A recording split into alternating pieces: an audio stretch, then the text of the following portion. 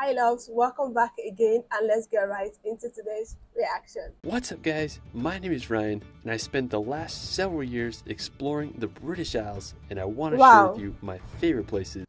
Yeah, personally, I never knew the British Isle was comprises of the Scotland, Ireland, and then the British. I was thinking the British Isles is only the UK entirely, and let's continue. So here's my British Isles top 25. Whoa. The British Isles Wow. are made up of the countries of Ireland, Northern Ireland, England, Wales, and Scotland. If you want to go Wales back in and time and Scotland. feel like you're in a fairy tale, the British Isles are the place for you. It's easy to see why so many myths Whoa. and legends were born here. It's one of the world's most What? enchanting. This place, I've seen it in a movie. I'm not gonna lie, like I've seen it in a movie and it's in the U. Okay. Lands. Let's start this video off at the Skellig Islands. Located off the coast of Southern Ireland, the Skelligs are a set of two islands that are easily one of the most epic locations on the British Isles. The only way to reach the islands is by boat. We left from the town of Portmagee and it took us about an hour to reach the Great Skellig. We got off the boat and I was just so freaking stoked. We just started walking up the island's path until we reached the stairs that lead up to the top. Don't tell me I'm overreacting because this feels like I'm looking at one of the wonders of the world. The earth is like the island is in the middle of an ocean. What? God is great. What? I can't believe. Oh my Up to goodness. the monasteries. Now That's the stairs were just amusing. beyond cool. There were hundreds if not thousands Huh? of puffins burrowed right next to the stairs and on the island slopes. I mean, they were just so freaking cute. We reached the midway Yeah. point at Christ Saddle and then kept hiking to the top. After climbing the island's 618 stairs, we finally made it to the monastery. Now the history of the island is just absolutely fascinating. The monastic settlement dates back to the 6th century where the monks of St. Fionnan lived simple lives on this isolated island. They built these beehive huts completely out of stone. They were precisely designed to make sure no water could get into them. Now it's believed there were about 12 Wow. monks that lived here at a time. In the 13th 12 century, the months. monks left the island for mainland Ireland, and since then, Skellig has become a place for pilgrimage. All in all, the Wow. Skellig Islands were one of the coolest places I've ever been, and I I've couldn't ever recommend seen them enough. myself. Afterwards, we're going to visit the most famous place in all Ireland, the Cliffs of Moher. Now located on Ireland's west coast, about a 3-hour drive from Dublin, the cliffs stretch over 14 kilometers, with the highest reaching 214 meters above the sea.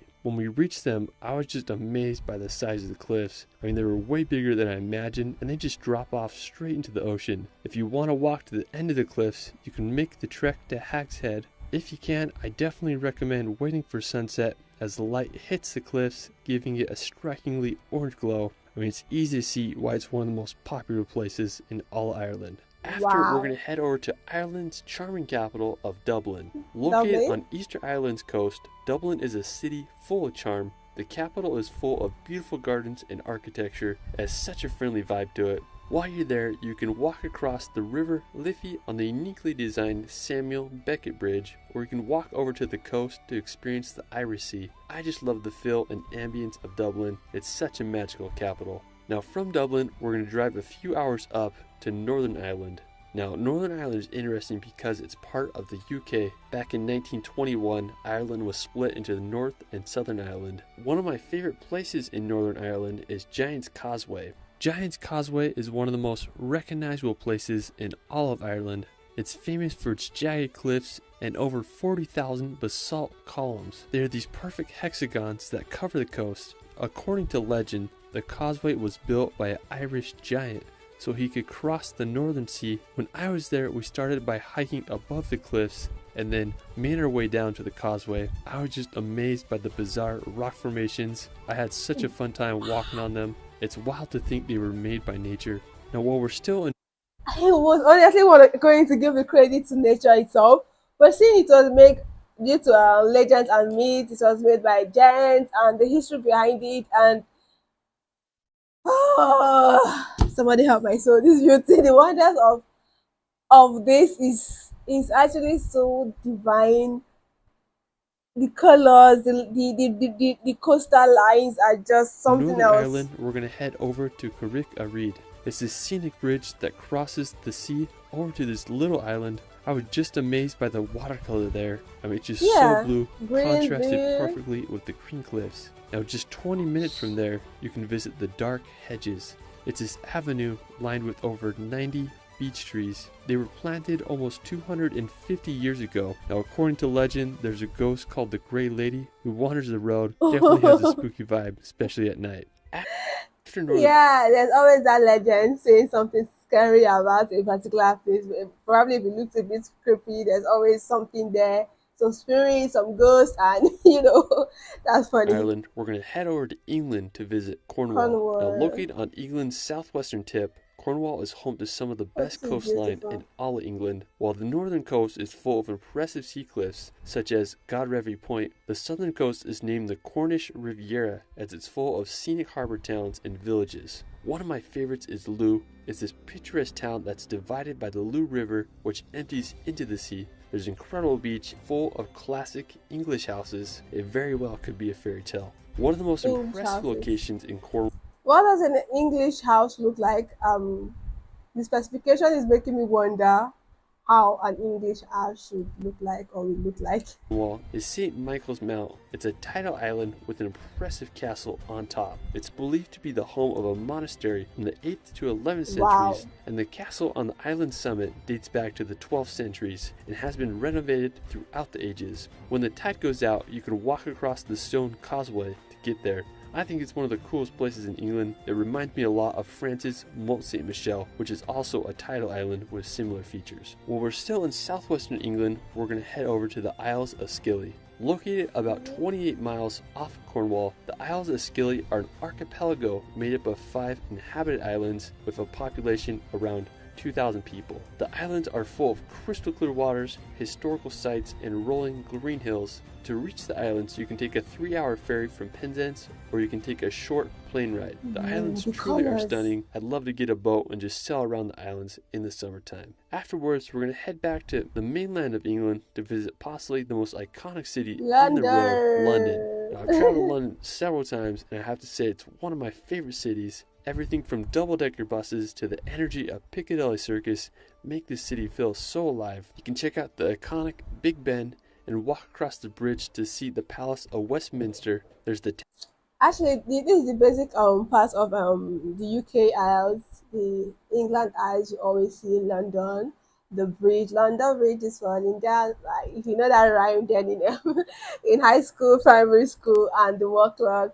This is actually the modern part of London. We are of UK entirely. We are preview to see, and we just a lot of searches. You get to see those wonders over there. But we all actually just see the developed, like the modernized parts of the country. But seeing those parts is actually a good thing. Like I'm surprised they have things like that. To be honest, I'm actually very surprised because I was thinking it very just all modernized and all glass and hills. Tower Bridge, which is possibly the most famous bridge in all of Yeah. London. You can also see the Stoic Guards at Buckingham Palace or take a ride on the London Eye. If you haven't already been to London, I highly recommend visiting when you can.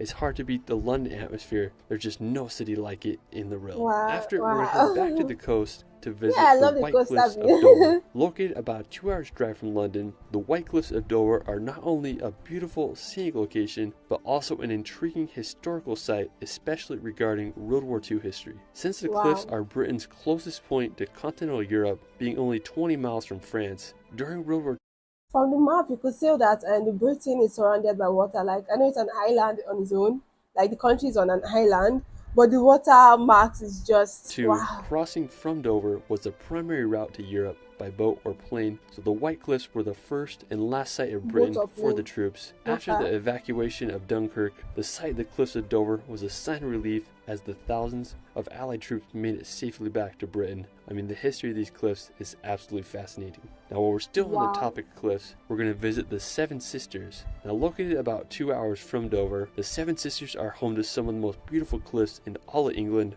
I love how there's just this perfectly green grass, then a straight drop off of the white cliffs to the beach below. The Seven Sisters has been used in film and television as a stand-in for the White Cliffs of Dover. They look just like them, and I think honestly they're more scenic and less people and infrastructure there. Regardless, the Seven Sisters are an incredible coastline and a perfect place to stroll along the English coast. Now afterwards we're going to visit the city The, of Brighton. the beauty of that cliff is just, oh god. It's really amusing. Like the white, the green. I don't know what they did, but the beauty is just Located about 40 captivating. minutes from the Seven Sisters, Brighton is a beautiful resort town with a massive beach that lines the English Channel. One of the most interesting features is the Brighton Eye 360. It's a tower that rises up and offers an incredible view of Brighton. Another feature I really like about Brighton is its piers. There's the remains of the West Pier that was built in 1866 but was sadly burnt down in 2003. And then there's the Brighton Palace Pier, which was established in 1899 and has an amusement park at the end. Now afterwards we're going to head over to the Jurassic Coast. This While looks you like the won't find Seven any Sister.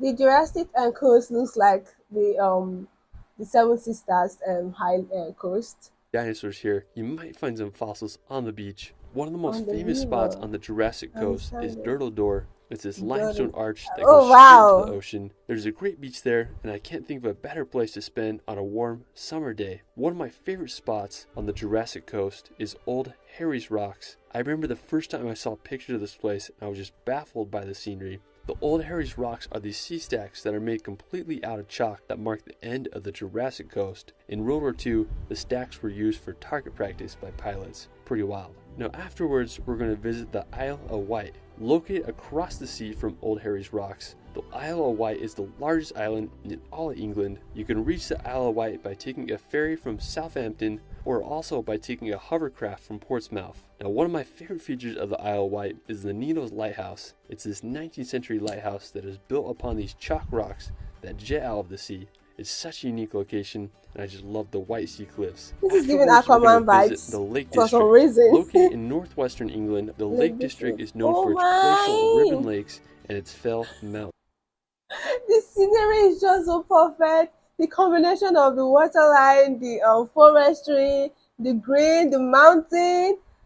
Oh God, this is so perfect. Like picture perfect. The cloud is so beautiful. I want to see this one day myself, not It's just home to virtually. Scafell Pike, which is the highest place in all England with an elevation of 3,209 feet. The area is just That's absolutely high. beautiful. I think one of Really the high. best things you can do in the Lake District is just drive on the roads that wind through the mountains. One notable road is the Honister Pass. If you keep driving down the pass, you'll reach Buttermere Lake. It's I actually don't know why this came to mind. What if your car breaks down? How are you going to go back? Because that's a long road up the cliff. surrounded by massive mountains, and it's just incredible overall scenery. I mean, I couldn't recommend the Lake District enough. Easily one of the most beautiful places Wow. in all of England. After the Lake District, we're going to head over to the country of Wales. Located in the southwest part of Great Britain, That looks like Wales is very famous for its mountainous national parks, picturesque coastline, and distinct Welsh language. One of the most scenic The splash places of in color Wales on the is the mountain Snowdonia when National Park. sunset It's a is region in northwest Wales that is known for its mountains and lakes. The highest peak in Wales is Mount Snowdon, which is located in the park with an elevation of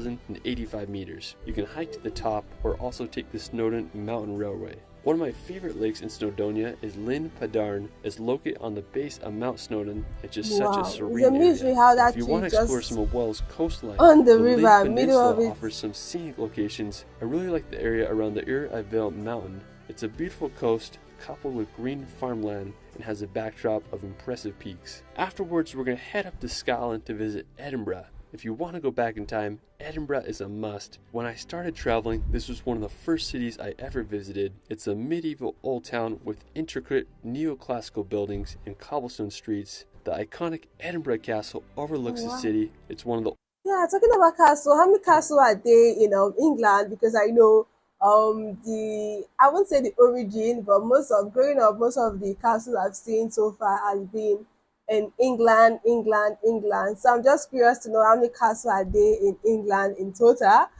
Because I've seen in Germany there's like over 2,500 or more castles, and I don't know. I just want to know the number of castles there in England because I feel like that is the founding place of castle.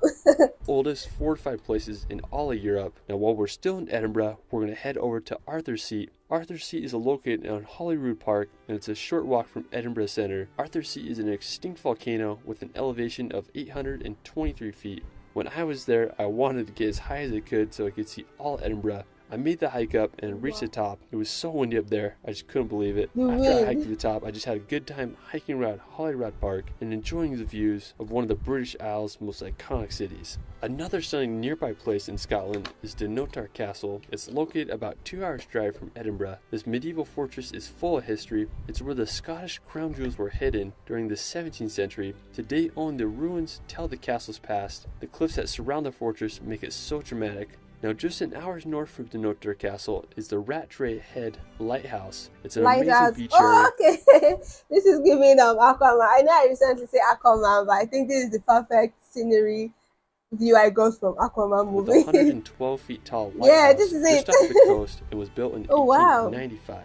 If you keep driving up the coast, you'll reach the Duncansby Stacks. It's located at the most northeastern part of the British mainland. It's about a 6 hours drive from Edinburgh, so quite the road trip, but it's definitely worth it. It's home to some of the most beautiful sea stacks in all the British Isles. After the sea stacks, we're going to head over to Glencoe. Located in the Scottish Highlands, Cool. Glencoe is home to some of Scotland's most beautiful scenery and mountains. I found this place by accident as I was driving around the By Highlands. accident? It's been the How? filming location for many popular movies It's such as right on the Braveheart. top. My favorite part of Glencoe is its mountains. I mean, I couldn't believe how huge they were. I felt like I was in Switzerland or Norway. I recommend just taking a drive on the A82 road and you can just see all the wonders Glencoe has to offer. It has one of my favorite mountains in the area. I won't even try to pronounce that. It has an almost perfect pyramid shape and you get a great view of it from the road. Now after, we're going to head over to one of Scotland's most iconic locations, the Glenfinnan Viaduct.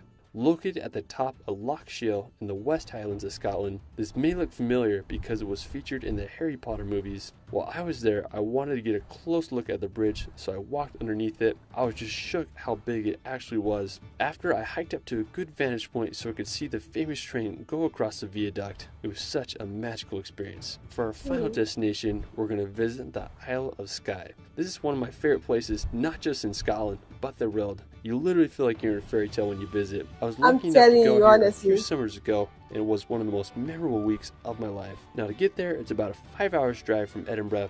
One of the most impressive places on the Isle of Skye is the Old Man of Storr. It's one of my all-time favorite rock formations. I felt like I was on the set of Game of Thrones. When you drive to the store, you can see in the distance and just gets you so pumped. Now to get to the Old Man of Storr, it's about a 4-kilometer hike. You'll walk through some conservation gates and you'll reach the infamous rock pinnacles. I went for sunrise and sunset and both occasions were breathtaking. So the legend of the Old Man of Storr is supposedly a giant lived here a long time ago, and when he was buried, his thumb was left sticking out of the ground, creating the mystical rock formation. Just a few minutes Wow. away from the Old Man of Storr, there's a breathtaking waterfall called Meout Falls that cascades down into the ocean. There's a nice viewpoint where you can look at the waterfall. One of the most famous sea cliffs is Kilt Rock, which are right next to Meout Falls. If you do want to go on a beautiful hike, I recommend visiting the Kerrang. It's one of the most beautiful areas in the Isle of Wow. Skye. You feel like you're walking on a giant golf course. I found this insane vantage point to get a good panoramic view How of the did area. it get I up love this there? place so much. Well, that is it for my British Isles top 25. Let me know British where your favorite Isles place is in the top comments 25. below. I also have a second channel where I make hour-long relaxation films to bring some peace and nature in your life. I've done several videos on the British Isles that I think you'll enjoy. You can find me on Instagram and TikTok at shirley.films. It's Ryan, and we will see you later. Don't ask me why I'm smiling all sheepishly. This stuff is just really amusing to see. To be honest, I'm so sorry, but I never thought Britain has something this beautiful, because I would only see the should I say the busy city of Britain, but seeing these wonders of the world in my own guess, because they are actually very amusing and very captivating, very astonishing. Oh gosh, if I'm in Britain, I don't think I'll be in the busy city. I think I'll just be in one of the village, because I've seen the village of British, actually of England, actually so stunning and beautiful. I love how how nature just played its role in each and every clip he showed here. Really beautiful and fascinating. And I'm just in my own guess, and I'm really thinking because I know the population of the British Isles is like water, because most of the city there water actually ran through them. And I'm thinking, okay, do they really have natural disaster like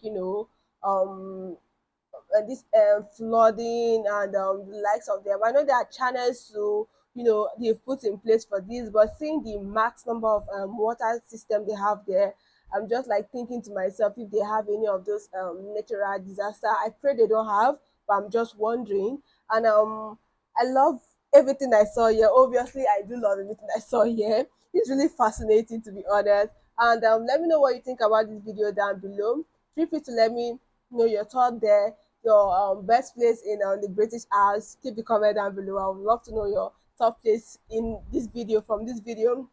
And please also do not forget to like, subscribe to the channel. We also have a Buy Me Coffee membership and Patreon. Do well to support me on other platforms. I love you guys. Stay safe, stay healthy, and bye.